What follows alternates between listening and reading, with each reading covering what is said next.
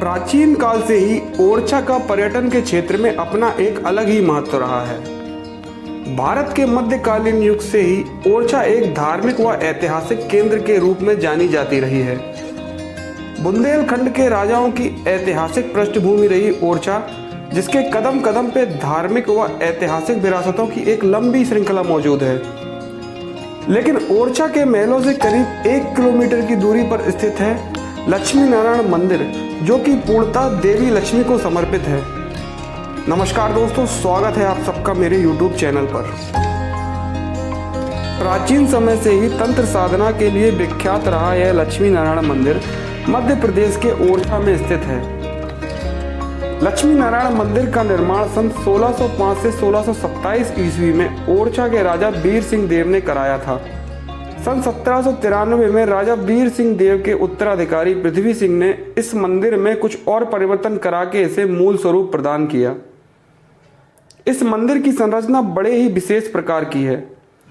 मंदिर और किले का मिश्रित रूप यह मंदिर बाहर से किसी भी ओर से देखने पर यह त्रिभुजाकार प्रतीत होता है, लेकिन अंदर व ऊपर की ओर से देखने पर यह पता लगता है कि यह मंदिर वर्गाकार आकृति में बना हुआ है।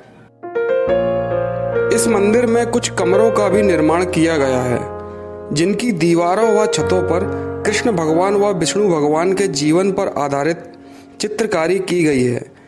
इसके अतिरिक्त कुछ लड़ाइयों और विभिन्न प्रकार की और भी चित्रकारी मंदिर में की गई है, जो कि उस काल की कला एवं विचारों को प्रदर्शित करती है।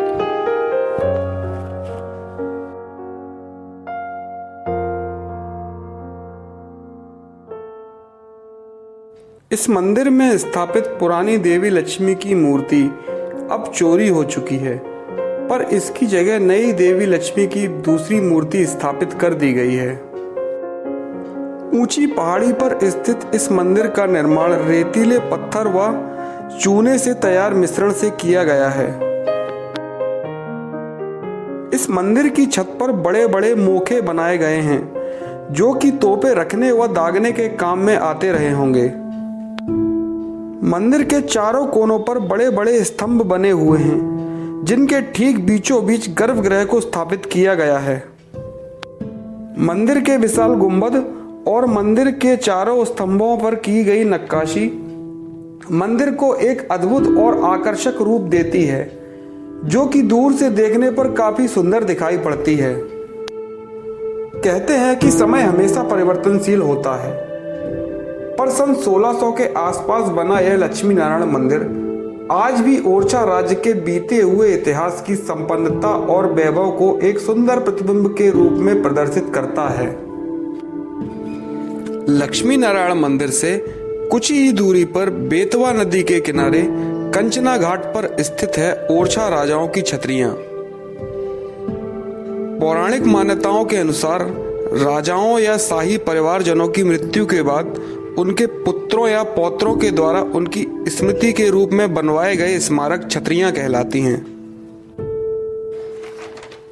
कहा जाता है कि जिस काल से इन छतरियों का निर्माण हुआ, उस काल को एक स्वर्णिम युग के रूप में माना जाता रहा है।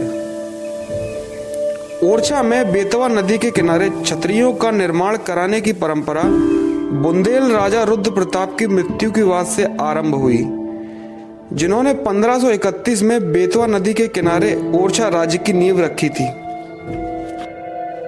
यहाँ करीब 16 विशाल छतरियों का निर्माण कराया गया है, जिनमें राजा रुद्र प्रताप के अतिरिक्त राजा मधुकर शाह, राजा वीर सिंह देव, राजा जसवंत सिंह, राजा उदित सिंह व राजा पहाड़ सिंह इत्यादि मुख्य हैं।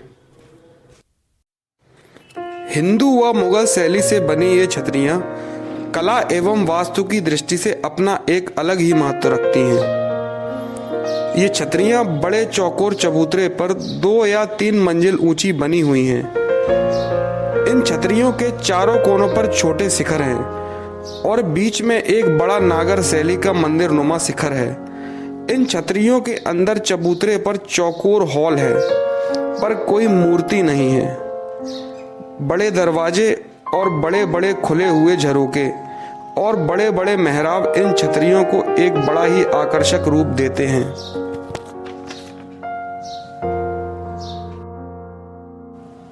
कहते हैं कि सूर्य उदय और सूर्यास्त के समय यह छतरियां बड़ी ही आकर्षक दिखाई देती हैं और रात में कुछ विशेष प्रकार की लाइटों के द्वारा इन छतरियों को प्रकाशमान किया जाता है, जो कि इन्हें रात में देखने पर एक अलग ही अद्भुत अनुभव प्रदान करता है।